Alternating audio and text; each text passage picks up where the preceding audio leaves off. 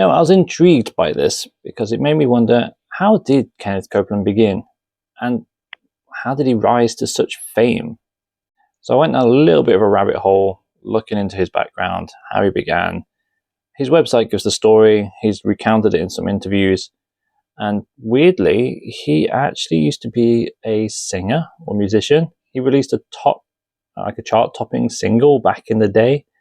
Now that I found you, my heart so afraid.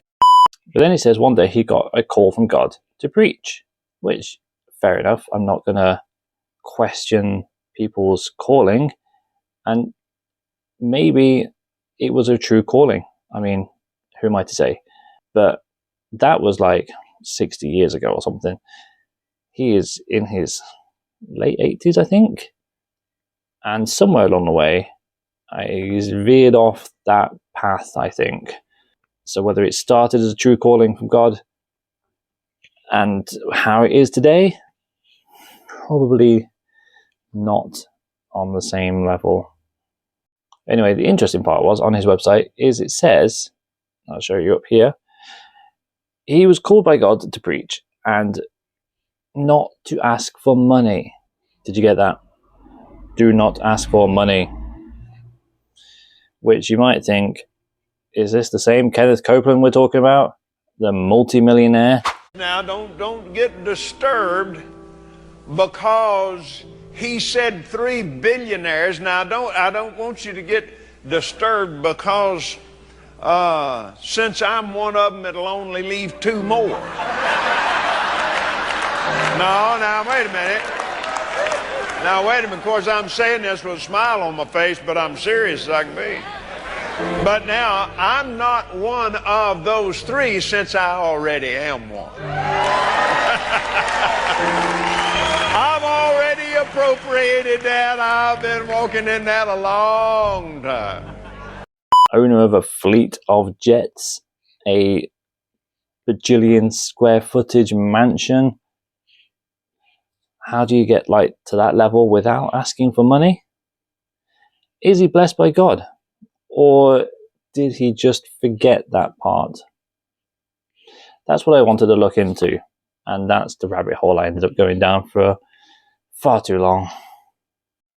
Watching a few clips from him, it seems like he never directly says, give me money, except for this weird clip that I found, which isn't really him asking, but rather yelling that money should come to him.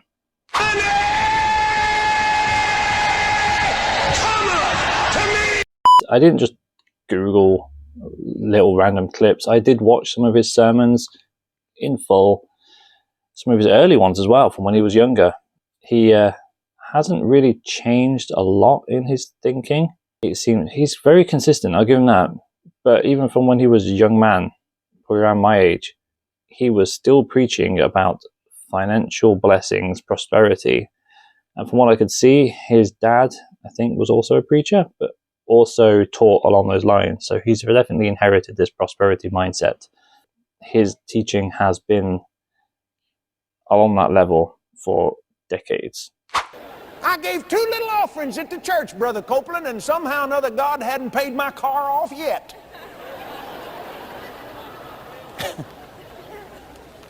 Just keep planting, keep watering. Keep planting, keep watering. The harvest will come. One thing I did notice, though, is that his initial calling was saying, do not ask for money, specifically that. Yet he's a multimillionaire with a literal airstrip outside his own house.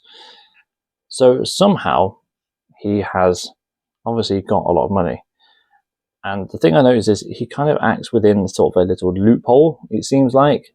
So where he never actually directly says, give me money, like, I am Kenneth Copeland, give me your money.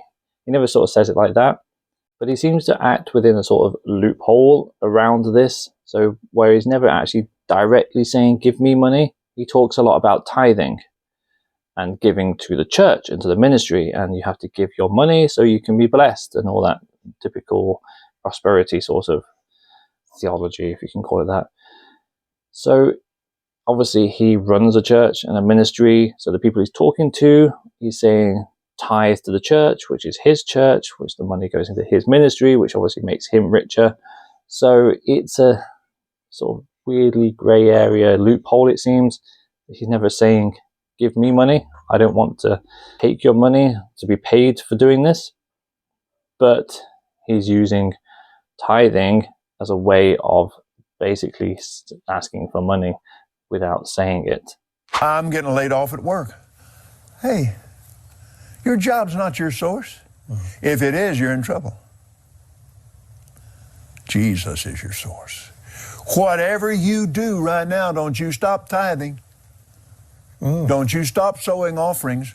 Well, they won't let us go to church. Well, email it in there, text give or something, but you get your tithe in that church. If you have to go take it down there and drop it off and stick it under the door or something, you get that tithe in that church, you get that offering in that church, and then you go home and you do what we're supposed to do. This is ignoring the fact that tithing, a certain percentage, is not a New Testament concept. But that aside, he has definitely found a way around this. So even if his initial calling was accurate and true, he's not really, he's been a bit fast and loose with that to make money. You need help feeding your babies, God bless your darling heart, then you ought to be helped. But I'm going to tell you something, you need to be tithing off that help. That's your increase. You need to be tithing that. Well, dear Lord, Brother Copeland, I'm in poverty now. I know it. I'm telling you how to get out. That's the gospel. I don't care if you ain't got but 2 nickels. Give him the first one.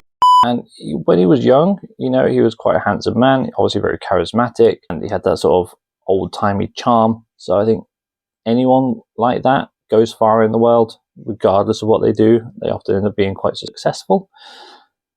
And he obviously channeled that into ministry after getting this calling and didn't go into his musician life. But to answer the original question of his sort of ordination, he didn't really seem to have one. It was more of he got this calling, he went and preached to family and friends. Eventually, because of his good speaking and, you know, his charisma and charm and all that, he got invited to events and other things and churches, and he sort of grew from there, from a young guy preaching locally to multimillionaire in mansions and flying around the world in his own private jets. So, you know, how he get from there to there is interesting. And people, obviously, he and his followers would say that's evidence of God's blessing, because he preaches that if you give, you're blessed. Although some of the comments on my last video about Kenneth, people have said they've given up to $7,500 to him.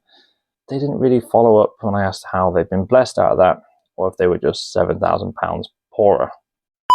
Anyway, he basically just seems to have started off his own back from the sense of call and gone from there. And if it truly was from God, he seems to have possibly veered off the path and gone into loving worldly things more than the word. Oh, yeah.